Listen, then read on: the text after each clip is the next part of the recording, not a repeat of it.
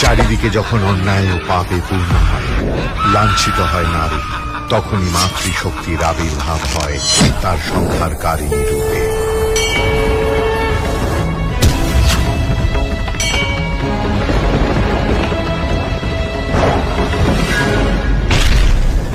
অসুরদের এই পরাজয়ে এবার যুদ্ধক্ষেত্রে হাজির হয় অসুররাজ।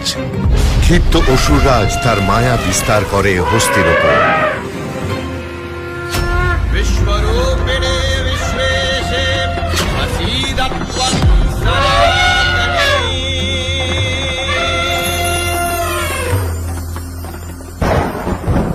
মত্ত হস্তি শান্ত হয় মায়ের আশীর্বাদে।